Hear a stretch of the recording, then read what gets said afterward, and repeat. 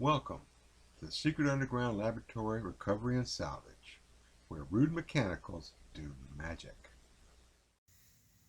Hello, I'm Bronze Age, Director of the Secret Underground Laboratory Recovery and Salvage. And today in the lab, we have a couple of welding projects, plus a special guest. This is the Miller-Matic 125. It's a MIG machine, which is MIG, metal inert gas arc welding. Arc welding is a simple process of creating an electrical spark so hot that it'll melt steel, and when the steel cools off, two pieces of steel become one. Now, red hot molten steel acts kind of funny, and it has to be protected from the air or else it'll oxidize and pop and splatter and just makes a pretty big mess. So in this case, an inert gas is sprayed down through this nozzle, and it covers up that puddle of red hot molten steel so that you can weld and make nice little pretty welding beads.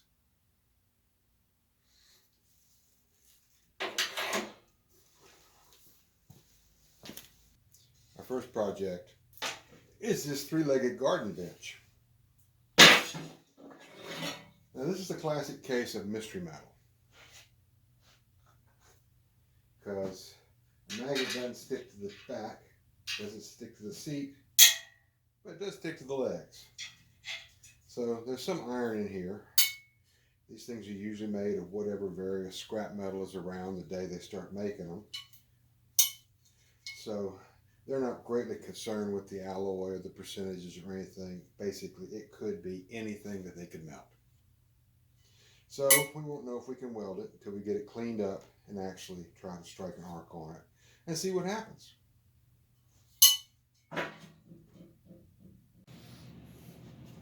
I put some penetrating oil on these bolts and let it soak in. As it turns out, they're not really tight at all. Come out really no trouble.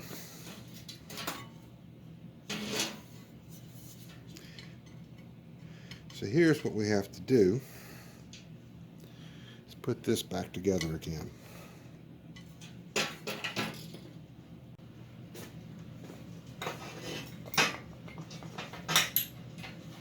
Now, I don't claim to be a welder, although I can weld. I've been welding since I was quite young. I grew up around welders, and that meant I heard all the crazy welding stories that anybody can hear. And as a profession, welders probably have more crazy stories than most. Now, welding is the act of getting two pieces of steel hot enough they melt together, and when you're done, there's one piece of steel. And one of the most important parts of that is getting it clean, because you want just steel in that part where it melts. Have any kind of rust, paint, whatever there might be, it's going to make for a weak weld. And this is a pretty stressful joint here. It's not the most critical joint in the world, but somebody will be sitting on it, and if it breaks, they're going down.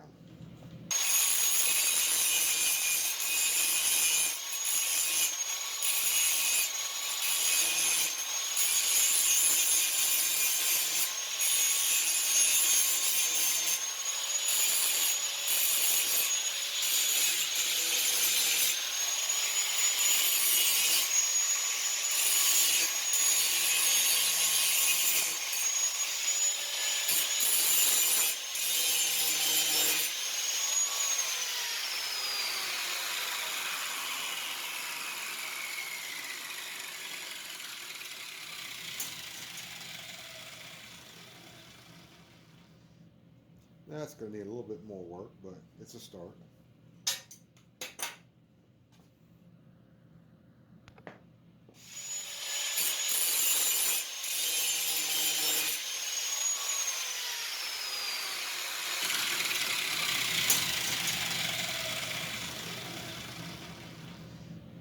That's going to need a little bit more work, but it's a start. When I was young, I knew a man who had been a welder all his life. He had been in oil field and pipeline welding. He just spent World War II in a shipyard in Australia. But other than that, he was a pipeline welder, working out in the field, working offshore in the Gulf of Mexico. And he got to the point where he wanted to retire.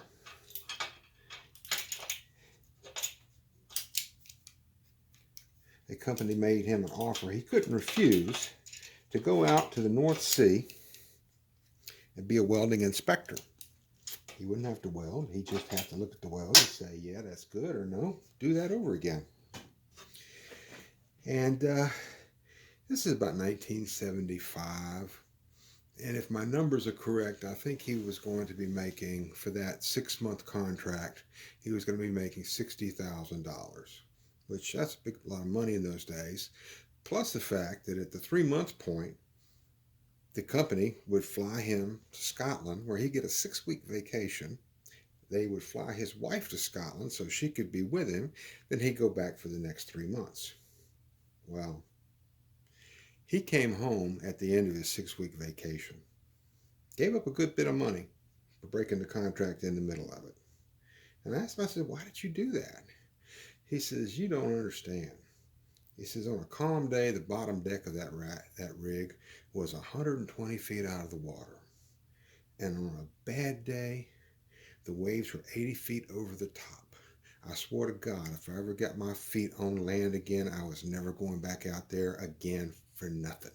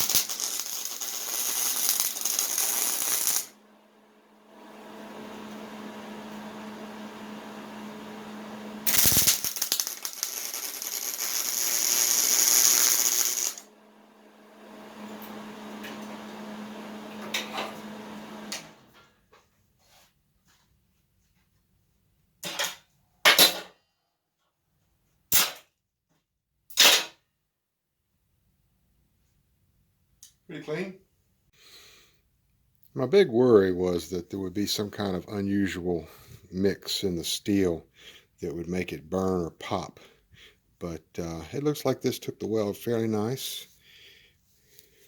Still have to do this side, and then we'll be ready to put it back together.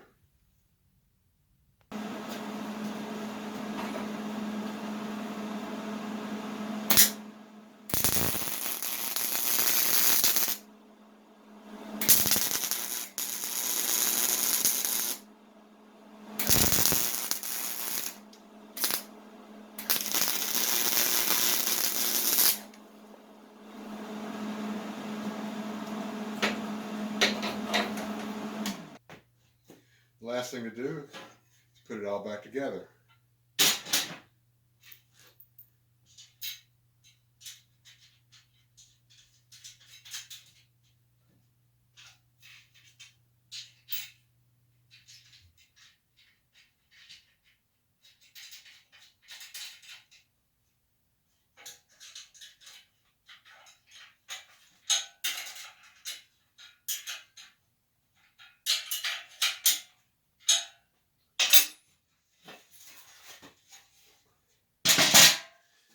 And that's it.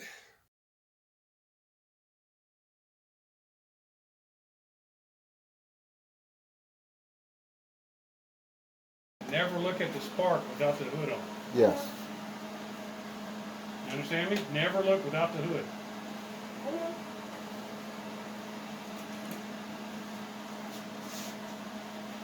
Right here, right here. Down the middle. Don't straight this in and down.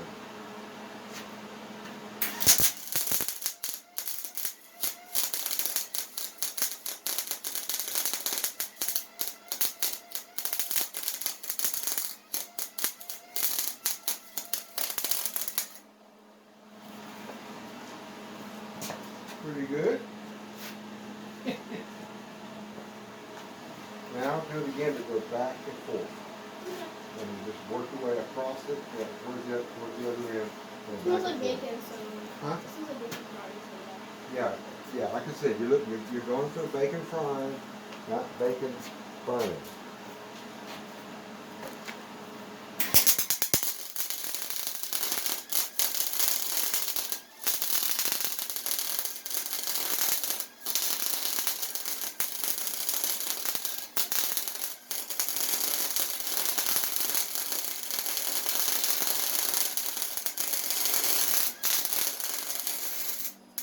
Okay.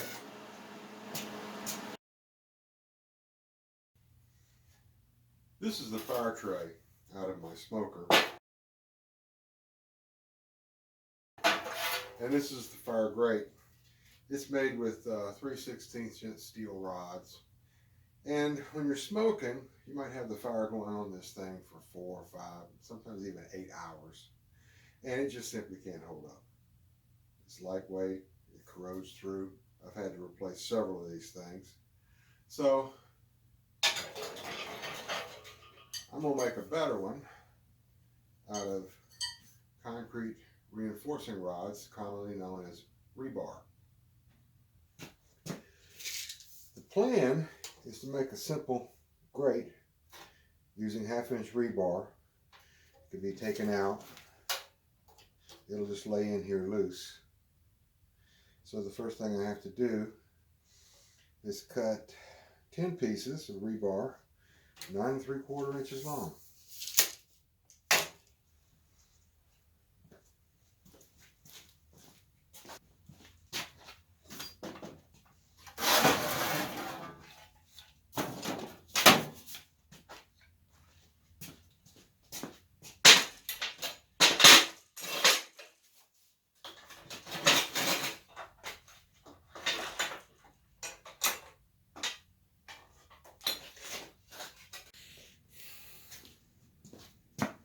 Now, there are better and faster ways to cut rebar. And if I had any of those available, I certainly would be using one of them. However, this little cobbled together chop saw will serve the purposes. It was made here in the lab. This is actually a piece of an old bed rail. This is the famous $14 Harbor Freight Drill Master grinder, which doesn't come with a trigger switch. So, had to provide one.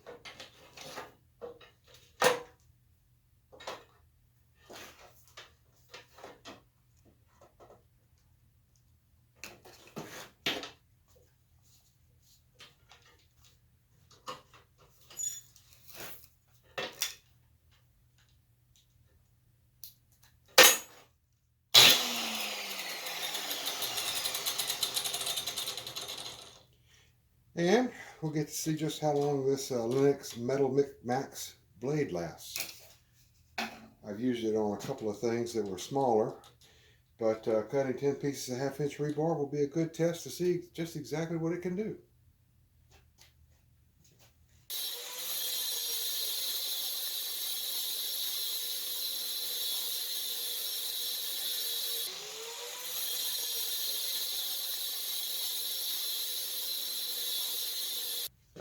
Now, just for fun, we're going to give one of Harbor Freight's finest consumables, the Warrior 4.5 inch cutoff wheel.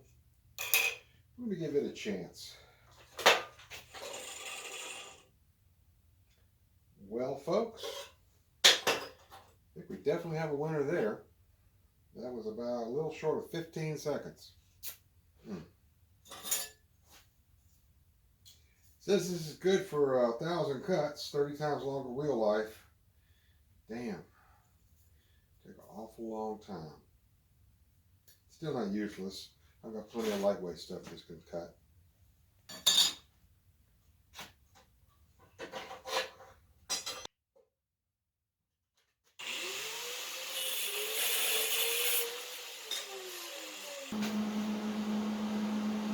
After a lot of off-camera grinding to get everything nice and clean, I'm ready to start tacking this back together.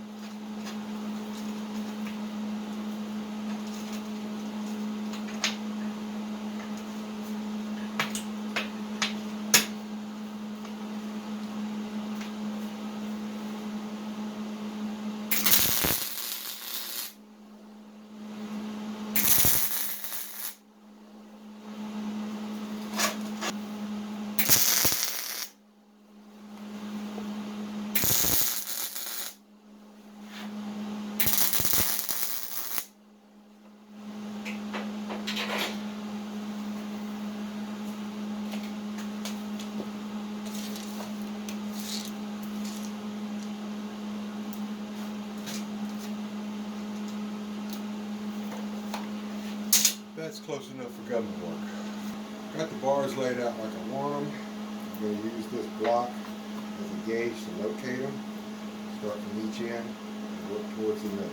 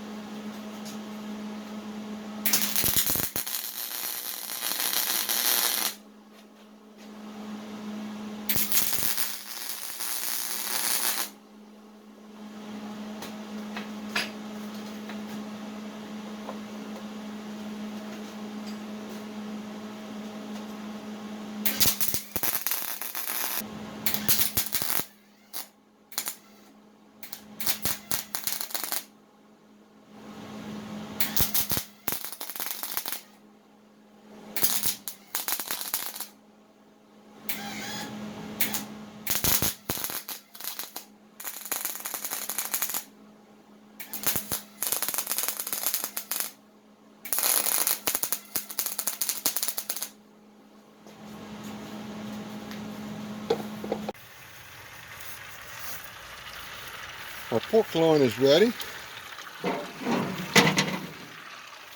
And the fire grate did good duty for us.